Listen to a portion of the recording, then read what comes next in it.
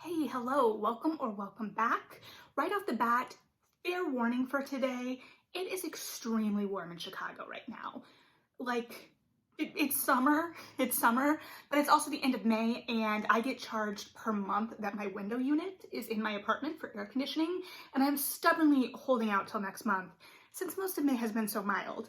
That being said, I am currently very uncomfortable. So if over the course of this video, I start to glisten a little bit more than normal, well, I'm sorry. That being said, let's get into it. Today I was planning to finally do an official Meet the Booktuber video, but I was like, I've never introduced myself to you guys in the sense that I'm sure many of you may know me personally, but if you don't, whatever, you may not care. And if you don't, please let me know that below too, because I will eventually get around to it. But in the meantime, we've gotten this Olivia Rodrigo album on Friday, and I very much enjoyed it. And as many people, in the book world anyway, have been doing the mental exercises of kind of like, what reading do I feel fits this album? And some bookstores that I follow have done track by track matchups, which I actually did for the book list reader for the Taylor Swift Lover album, and I'll link that down below. That was a lot of fun, but also a lot of work, like finding, the books that you thought fit. Here, I don't know that I have track for track things, but in terms of the mood of this album, there's been a lot of talk on the side of Twitter I hang out on as a millennial, how this is resonating for a lot of millennials. And I, of course, hope that this album really speaks to teens and gives a voice. And I've been so excited to be able to see such enthusiastic conversation, like I said, in my corner of the internet, which I am at the moment enjoying. Enthusiastic acceptance of this album, enthusiastic acceptance of that teen angst and teen feelings, because they are more visceral and stronger. And this album, to my listening, connects with that very well and personally brings me back into that mindset and that moment. I never went through a teenage heartbreak in this vein. I was very much the unrequited crush spectrum. I never had a major relationship in high school, and yet this album can transport me there in the same way that, it probably would have when I was a teen, or will hopefully speak to teens. There were many breakup songs when I was a teen, that I was still singing along to. And this also pulls in a lot of musical influences that I personally resonate with. I can hear a lot of echoes of former teen angst and teen heartbreak songs that I loved in there, right? And I might link some below if I remember. Obviously there have been the Taylor Swift parallels, but we can hear the Avril Lavigne in there, we can hear the Paramore in there, the Michelle Branch, the Fifi Dobson, the Lilacs, the Sky Sweetnam. I do have some friends who've said like Feist or Ingrid Michaelson or obviously Lorde. So there's just a lot in this really compact album. I think it's like, 35 minutes? And it's been nice to have like just a thing that everyone's enjoying for however long, whether it's the day, a Friday, or whether it's the weekend or what have you. So I'm just gonna sit in this moment, and before I finally dig into some of my literary picks in relation to this album, I did want to unpack one literary tangential related lyric in the album, and that is on Enough for You. She sings, "I read all of your self-help books so you'd think that I was smart." And when I first heard that lyric, I did maybe not that extreme, but still the same sentiment. It punched me. And I don't know if the duality to the lyric that I got was intentional, and I don't know that it matters if it was. On the tin, it's perfect for the song it's in, right? It's this idea of changing yourself in this attempt to be more desirable to the person that you desire, and also compounded with this teen idea of wanting to be more, prettier, smarter, better, whatever that may be, and to use the idea of a self-help book to embody that, right? That is exactly what it is. It's this idea that if you read these books and, internalize these messages, that you will be better and you can be better and you can achieve or attain whatever. So all of that, while deep and complex, is kind of like what's on the tin of the song. There's a nuance to that still, but still very much the intent that we can feel behind the song. And then the extra layer that I personally got from the lyric, whether that just be, you know, what I'm reading into it, a little more hindsight, whatever, is this idea that this guy's favorite books were or are, I cannot, side note, tangent, I cannot express enough how happy I am to be able to enjoy an album and not know any of the like real world potential drama that has been the impetus for all of this, because I think the emotions are what's important. And I think that, you know, that first heartbreak and or any like kind or flavor of heartbreak, especially at this age when feelings are so heightened, it's gonna hit. And, you know, I don't need to know the specifics of the situation, and I'm finding it very freeing not having to worry about that side of the pop culture landscape. That all of that to say, I'm not like purposefully maligning anyone, depending on who, what, when, where, why, you know, whatever inspired this. Or maybe, you know, it was just her songwriting prowess. I don't know. But this idea that a guy's favorite books are self-help books, and what that layered to me is I've read a decent amount of self-help, especially when I was at the bookstore. I was a bookseller during the big self-help boom of like self-help books with curse words in the titles. And I thought maybe that would help unpack some of the self-help industry for me in a way that it ultimately didn't. For me, it's just very surface level, and it never feels like it's actually saying anything, but it feels like it's saying something sometimes at the moment and feels smart, but at the end of the day, it's all these regurgitated, repackaged platitudes that never really get to a larger idea. Again, extremely personal preference there. The self-help book industry is one of the biggest markets, and I don't begrudge anyone anything that they find helpful for them. I don't find them helpful. So if they work for you, they work for you. Sometimes you do just need someone else saying the thing. Totally get it. But the idea of these books being your favorite and this genre of books like being like this embodiment of whatever. So it's this idea that this boy, this desire, you know, sounds smart and insightful on the surface, but what's underneath? Because I think especially when we're a teen, a lot of things can sound smart that may not be, especially when compounded with our own insecurities. So I loved that lyric. I thought that it said a lot in a little bit of space. And I think that it gets at the spirit of this album. And I think that this album gets a lot of different tones and ideas to explore. So with that, let me finally dive into the literary connections that I propose for this album. Leave yours down below. I'm gonna save what I consider one of my favorite, especially recent heartbreak narratives in the YA space to the end. You may be able to guess what that is.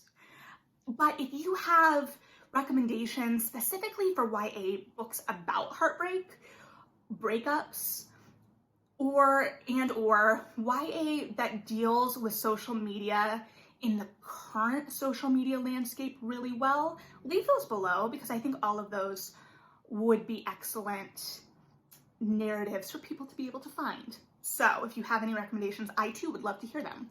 So I'm gonna actually start with a short story, or maybe a couple of short stories. And so the first one is going to be from The Dangers of Smoking in Bed by Mariana Enriquez, which just came out this year in January.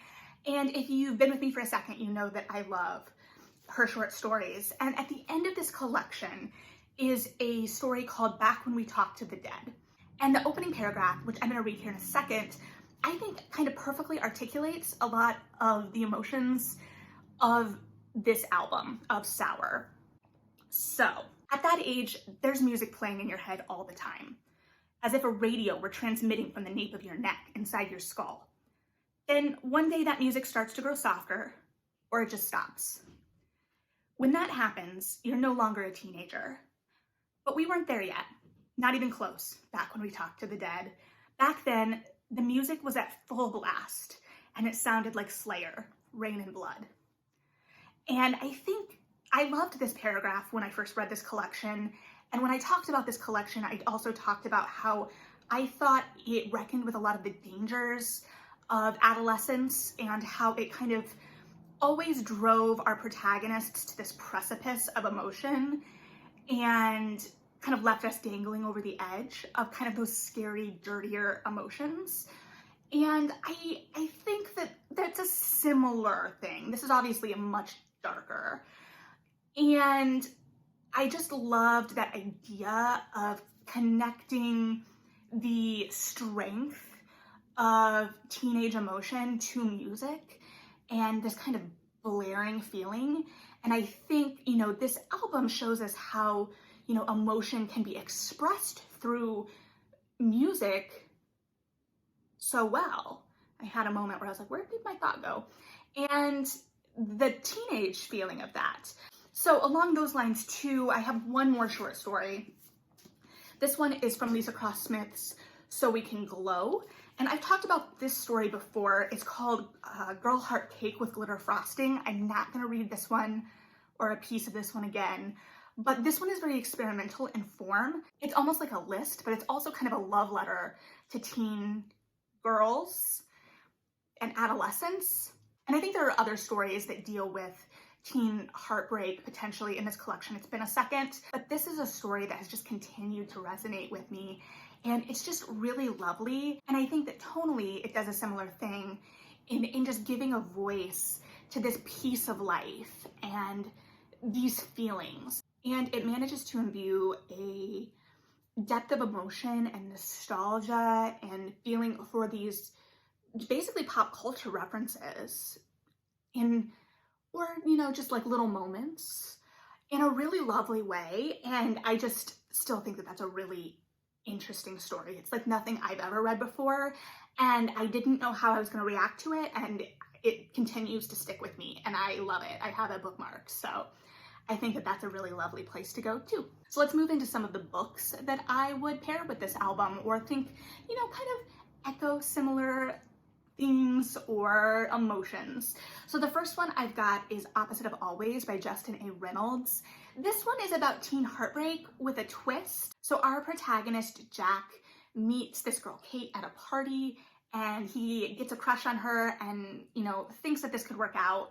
And things don't go the way he hoped or planned. And then he gets stuck in kind of this time loop where he keeps restarting at this party and meeting Kate for the first time and trying to get to the ending that he wants. And it's just this striving for love and the hope of that. And then also we get to see how that singular focus on that can impact all the relationships around him depending on how, he's acting. And I think we get little glimpses of that in the album, these references to, my friends, know about this or are tired of hearing about this or whatever. And yeah, I think it's just, like that trying to get it right and wanting it to end differently than it did or will or might. A book that I think would fit the more reflective moments of the album is We Are Okay by Nina LaCour. Now, it has been a second since I read this one, so I don't remember all of the details, but I can remember the narrative being really lush and reflective and lovely. And I remember our protagonist, Marin, was dealing with a tragedy and grappling with a grief and really mourning a loss of a future that she had imagined. And I do believe there was a relationship component to that, but I don't know that that was the center, or I don't remember the exact structure of that relationship. But this is really lovely. And I think Nina LaCour does reflective really well and is able to give it that depth of emotion that I think we do see on these tracks. So it's a slow burn and there is a lot of emotion packed into it, but I think if you like the more reflective songs on this album, that will definitely be a fit for you as well. Now, if you're looking for something outside of the romantic realm maybe, or the heartbreak realm, Puddin by Julie Murphy. Yes, I still have my sticky note from when I went to the signing. It is what it is. This one, I think of Brutal for sure, the opening track, because we've got Callie and Millie, who are very different girls and operate in the world in very different ways and react to the world in very different ways. And of the two, Callie is the more traditionally popular, Millie is the more optimistic, the one with the sunnier disposition. And they are not necessarily supposed to be friends in the way that traditional social dynamics are set up. And Callie is a mean girl. She's a tough character to connect to initially, but I enjoy that she gets to be prickly and go through her journey. And this idea that, girls can't be a little prickly. She's not always a nice person. But the truth is, not everyone we encounter is always a nice person. And they still deserve their stories. There's just a level of nuance to that. And I'm sure that, that's a much larger conversation. But I know when I originally read this book, I did not like Callie at first. I was so excited for Millie's story, and I wasn't sure why Callie was here. But I think that the way that they overcome the stereotypes for both of them and forge ahead and navigate the teen space within the expectations that are held for them and the assumptions that are made about them and their own circumstances is really lovely. And, it really gets to the heart of navigating that space and navigating female friendships, which I think is a really important thing to explore. So back to the heartbreak side of things, but not the same color, All the Rage by Courtney Summers. It is a very difficult book. I will definitely give some strong trigger warnings for SA. It is my first Courtney Summers book that I read, and it was like a punch in the gut, very literally. It was hard.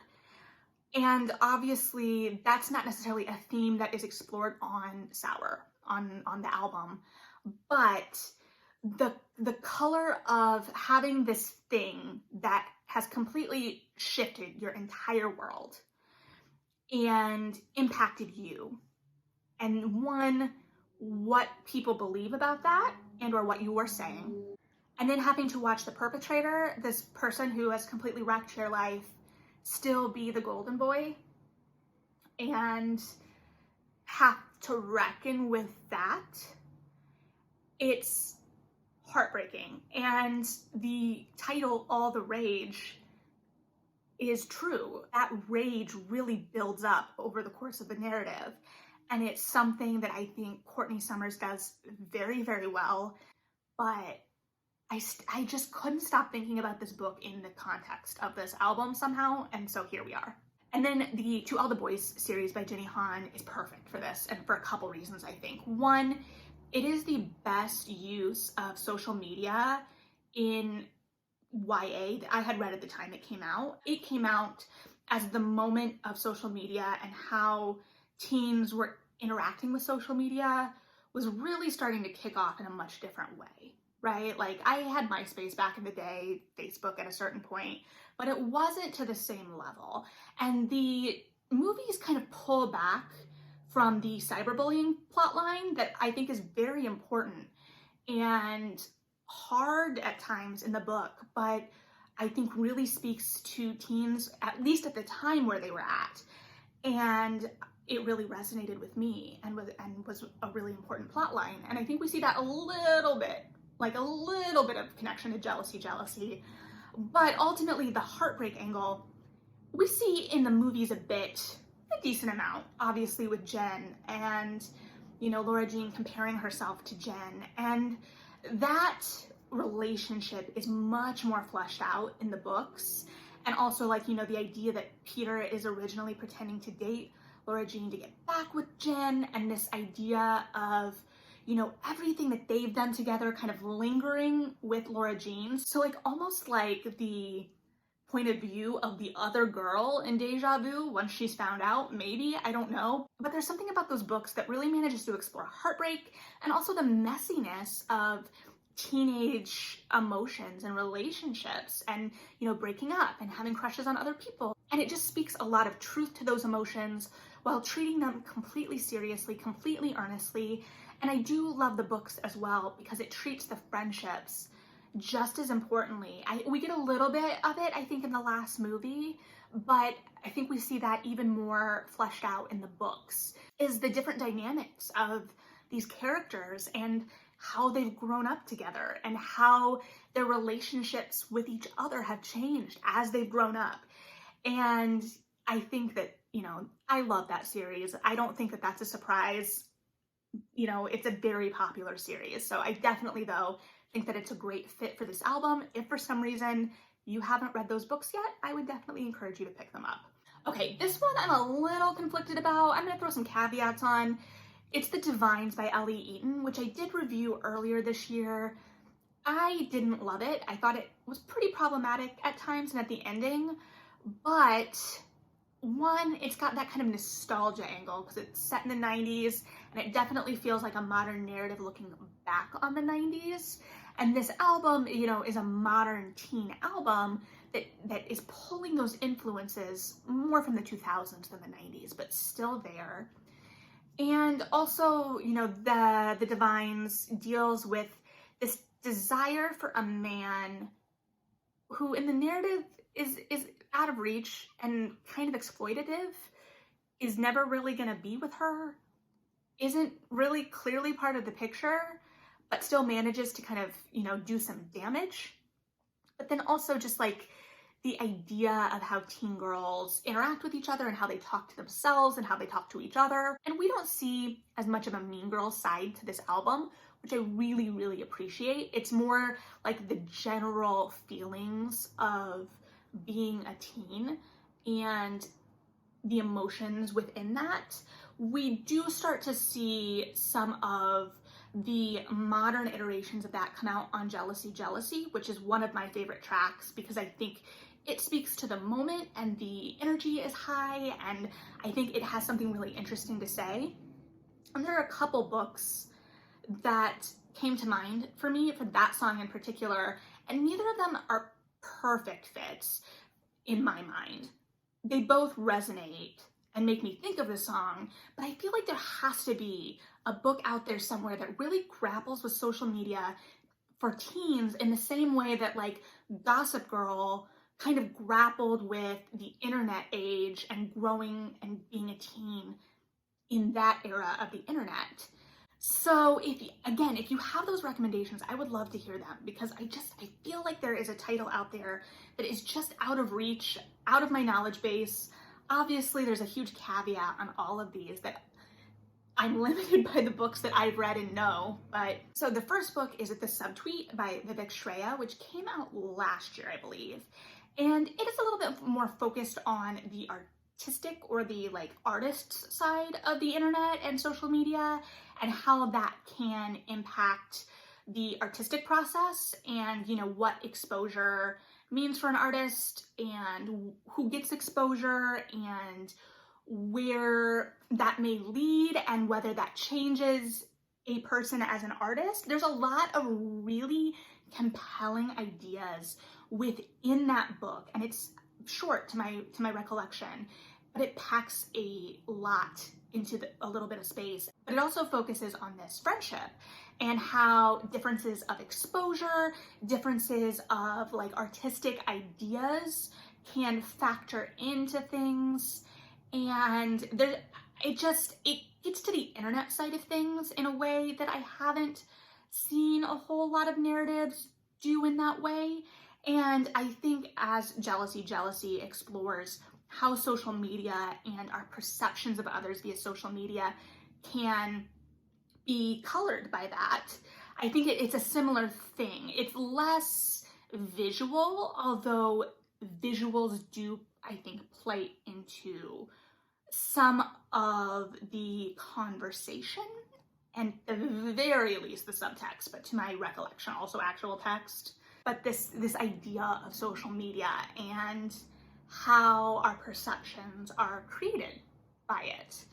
And then the other book that immediately comes to mind when I think of this song or when I hear this song, and I think what it is that in my mind, I can see like the cuts of a CW promo for a show version of this book to this song very clearly. And that is The Bells by Danielle Clayton.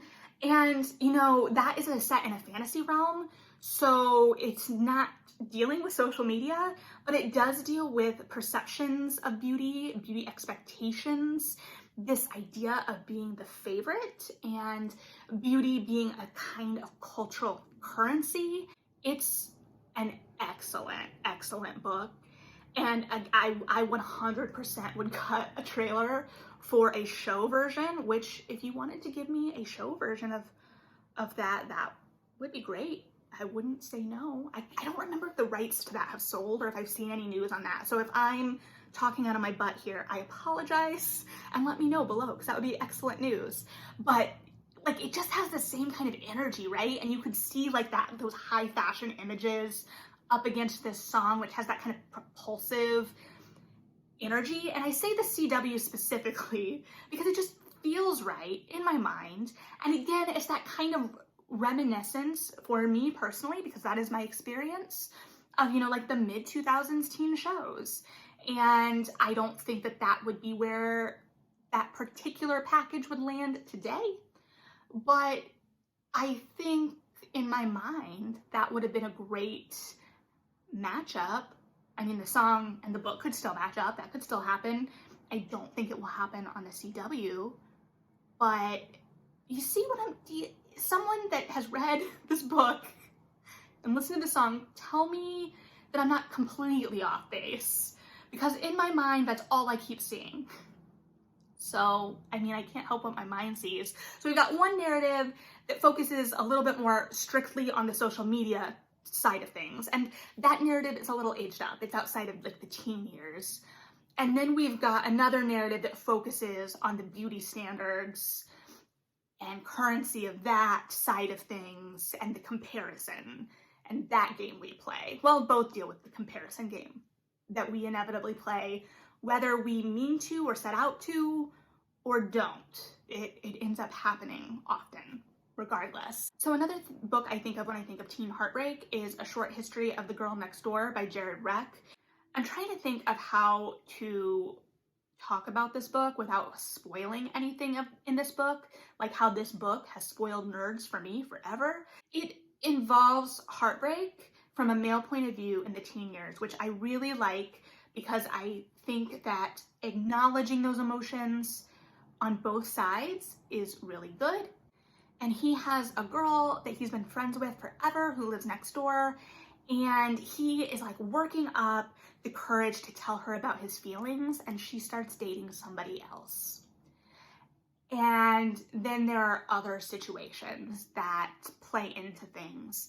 And so that's really all I can say, but it deals with heartbreak in anything I say there's a spoiler. It deals with heartbreak.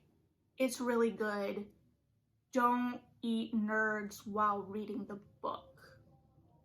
And then from a more like, I know I'm jumping all over the place, I apologize, but you know, the album goes from more reflective songs to the more hard-hitting songs as well.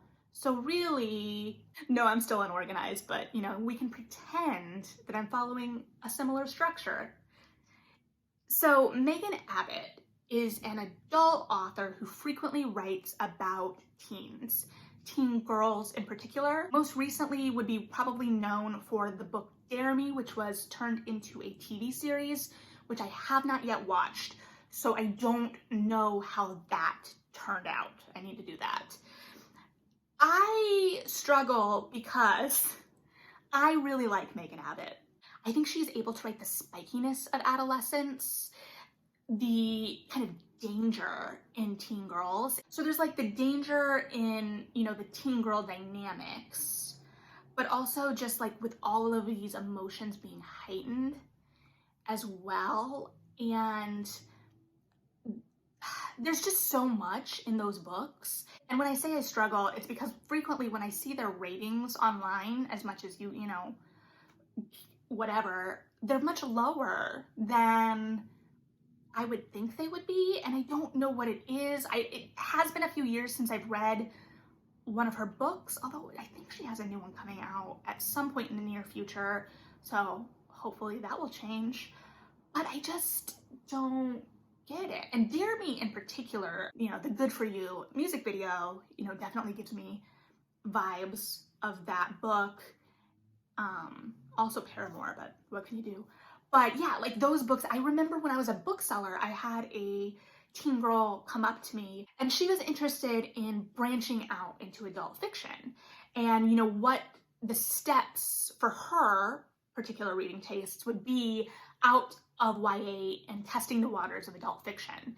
And I'm pretty sure I sold her Megan Abbott because I think it's that kind of natural progression depending on what side of YA you like, right? Like if you're not into contemporaries, that's not necessarily going to be the place I'm going to take you. But it still centers teen voices and allows them to be a little bit more dangerous. And I think we are getting that in the more mainstream YA market right now with the rise of YA thrillers in particular. You know, they've been really popular for at least 3 years in terms of like trends. But I don't remember like the market at the time, like mid 2010s is when I think that like I don't remember if there's any content in those books that have made people rate them lower or what. I remember really enjoying them. So I've always wondered at that. But I think to me, the tone of those books, the way it explores the teen years, the like more spiky side of that, allowing that side to be there, it's just a different color to things, as this album gives us different colors to things. And I think that if you're interested in those spikier bits, the messier emotions, I think that those would be good books to pair with this album. And then the finale. If you've stayed this long, thank you, and hopefully this will not be a disappointment. So my favorite breakup narrative in the YA space recently, if not ever, is Laura Dean Keeps Breaking Up With Me by Mariko Tamaki. This is a graphic novel and it is stunning. So our protagonist, Freddie, had dated this girl, Laura Dean, who was pretty popular and she was cool and she was magnetic, and she broke up with Freddie. And I can't remember if there was cheating involved, there may have been. And since then, Freddie has been really despondent and really heartbroken and keeps hoping that they will get back together. And Laura Dean keeps kind of like just hinting, leaving just a few breadcrumbs to try and reel her back in while she's still off, you know, playing the field. And Freddie continues to be heartbroken, and she continues to like be heartbroken around all of her friends. And sometimes that results in her not being the best friend, which I think the first time I heard Driver's License, I definitely thought of the friendship plots in this graphic novel, which, yeah, like these emotions that are so strong to you and color your entire world while you're unable to see what else is going on around you, or even the reality of your own situation because you don't have the hindsight yet. And this graphic novel, like I said, it's just so good. And it's the clearest breakup narrative I have read, right? Where it's really focused on exploring the emotions of a breakup and getting us out of a breakup narratively, or those ideas and feelings, rather than a breakup as a setup for a new romance, which is still great, and especially in the teen years makes sense, right? But this really hones in on those feelings and really gives them the space and the breath that they deserve. And I loved this graphic novel. I know it's pretty popular, but if you haven't read it yet, I would highly encourage you to pick it up. I think the way it handles all of these things is really well done, and it never belittles our characters' emotions and what they're going through, but it also never loses sight of the larger picture and what those emotions and being mired in those emotions can mean for everything else around us. And, you know, seeing that both zoomed in and pulled back in terms of the narrative. And this album is pretty zoomed in. We do get some pulled back pieces, but just the way it explores breakup, like we can feel in that moment. And there's something cathartic about that. but what happens when you have to move out of that space?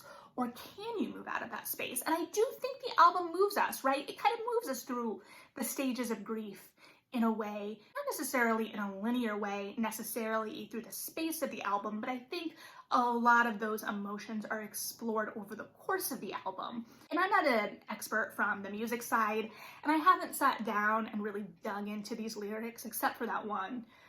But so that's kind of an overview, but if I were to pair any narrative with this album, it would 100% be this graphic novel. I think it's perfect. And I'm probably not the first or last that will come to that determination, but you know, it is what it is.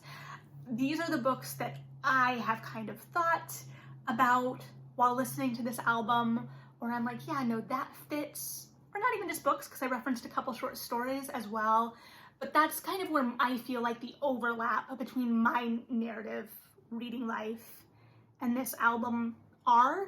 And I would love, love, love to hear other people's thoughts about books that they think also explore a lot of the emotions or the spirit of this album. Apologies if you thought this was rambly, you're probably right. But thank you if you thought it was rambly and you're still here. Yeah, I appreciate it.